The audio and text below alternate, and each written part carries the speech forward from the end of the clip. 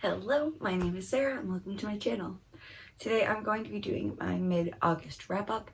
I read 10 books between the beginning of August and now, so let's just get started. The first book I read in August is The Last American Vampire by Seth Grahame-Smith, and I rated this 5 out of 5 stars. I have talked about this in a few videos, but this is the sequel to Abraham Lincoln Vampire Hunter, and it follows Henry, who's the vampire from that book, and his life after Abe's death. I absolutely loved this book so much. Henry is such a good person. I would look into trigger warnings for this. There is a scene involving KKK members, and I sobbed uncontrollably while reading it because obviously, and if you're sensitive to that, I would look more into what actually happens because I didn't know and it caught me off guard. The next book I read as a buddy read with Deja's Book World. Emma is reading An Amber in Your Face, and that is The House in the Cerulean Sea by TJ Klune, and I loved this book so much. I rated this a 5 out of 5 stars, and there is no words to describe how much I love this book because it just hit me so hard and I didn't expect that. This book follows Linus, and he is a caseworker for the department in charge of magical youth, and he is sent on a top secret mission to a orphanage. It's him evaluating the orphanage and getting to know the kids that live there, and it just ripped my heart out hearing what these kids had to go through. It has really good social commentary on being told your entire life you are this one thing, and it being stuck into you that you are this negative thing even though you aren't, if that makes sense. I really recommend this book for people who aren't really into fantasy because it is very light fantasy and it does focus a lot on the interpersonal relationships between the characters.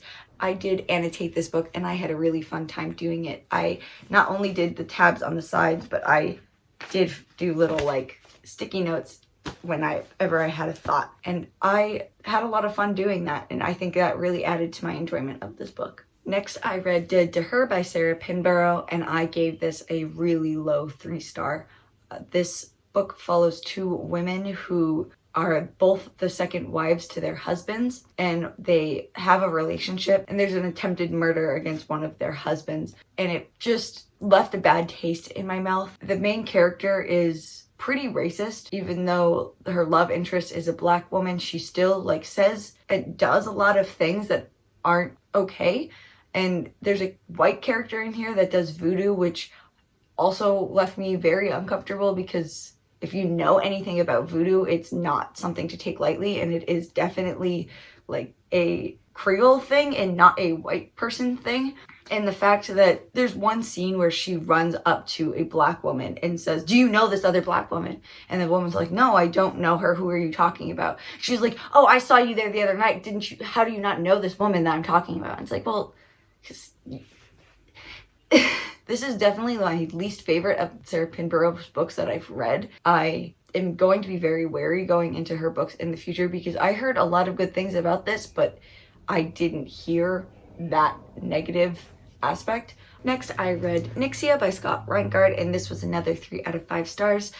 This book was just a very okay YA novel for me. I've discovered that a lot of YA isn't really impressing me anymore, and that makes me really sad because I always love reading YA, but maybe this was just a fluke. This is about a boy named Emmett, and he is one of 15 kids, I believe, that get picked to be on a space program to go to another planet where they have to mine this ore called Nyxia. And this ore people can manipulate with their minds and turn it into whatever they want it to be. I liked all the relationships that were in this, but my favorite characters kept getting killed off, which is never fun. I'm still really looking forward to reading the other books in this series because I heard they get better, so fingers crossed. Next, I read Coraline by Neil Gaiman, and I rated this 4 out of 5 stars.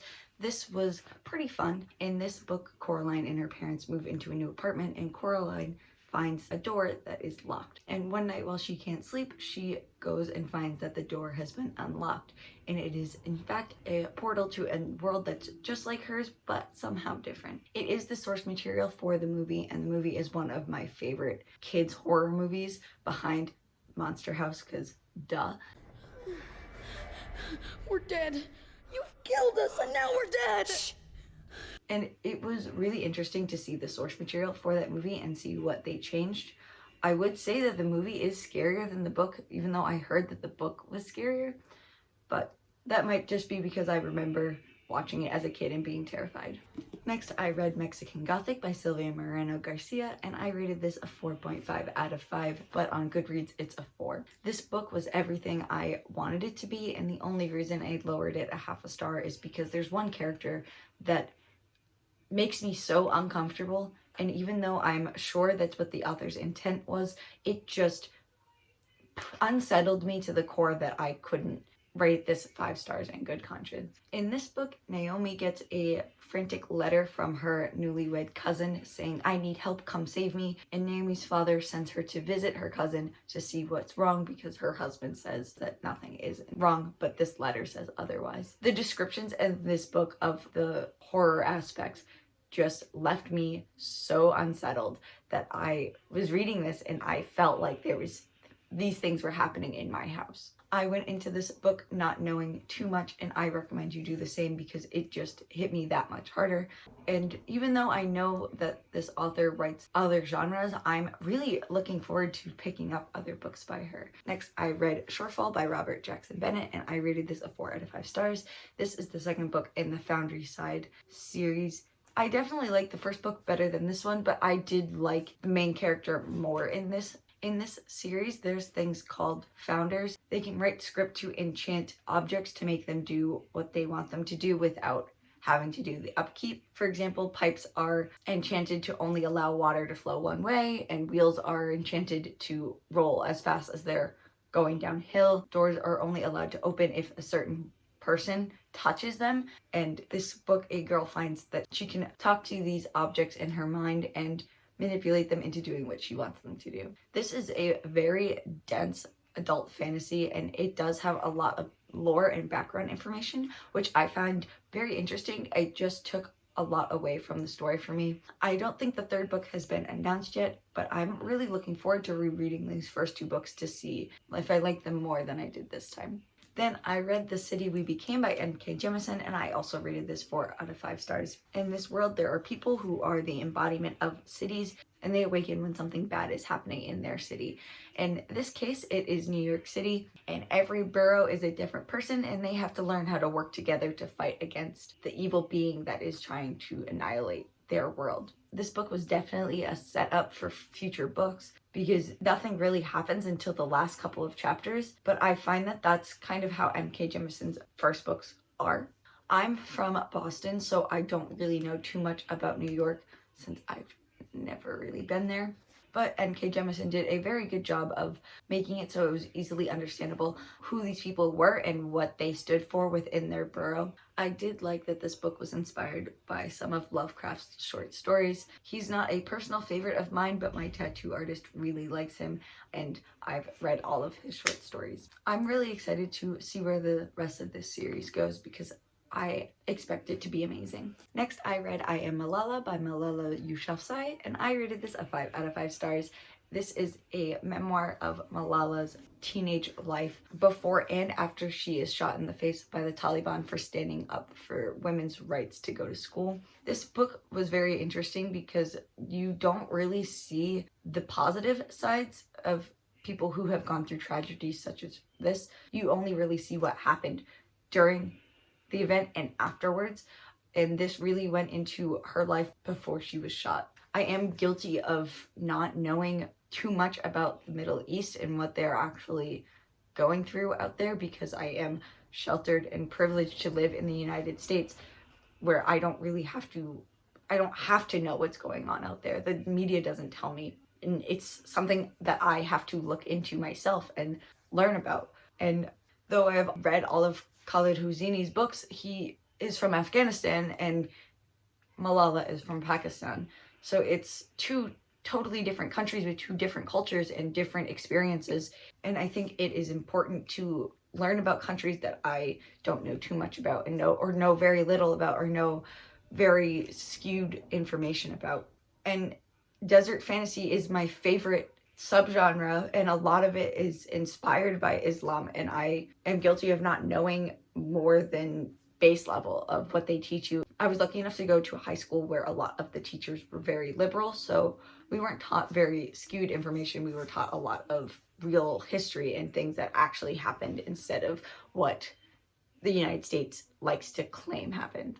After I finished this, I did look up a lot of Malala's speeches because she did do a lot of them before her incident, and she is the youngest person ever to win the Nobel Peace Prize. And I remember that's happening, and I remember watching videos on her on the internet, and it's about time that I finally picked up this book and read it. The last book I've read so far this month is The Body Lies by Jo Baker, and I rated this a 3 out of 5 stars. I won an ebook copy of this in a Goodreads giveaway, and that is honestly the only reason I read it. This book is about a college professor, and one of her students has a very troubled past, and he writes a lot of what everybody else calls the truth. Huge trigger warnings in this book. I would really look into them before reading this, and I didn't think to, and I should have. There is an on-page rape scene, and I wish I had known that before going into it so I could be more prepared for it. This book is labeled a thriller, but I wouldn't say it's very thrilling at all.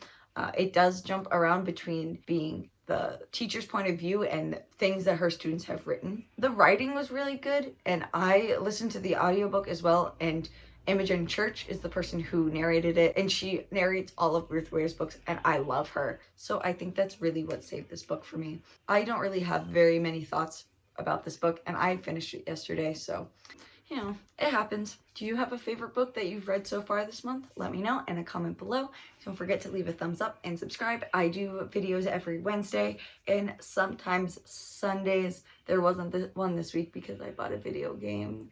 I'm hoping to do some tattoo content, so let me know if you are interested in that. I did get a tattoo last week, and I've been kind of filming the healing process, so let me know if you'd be interested in a video about that. So that's it for today, and I'll see you next time. Bye.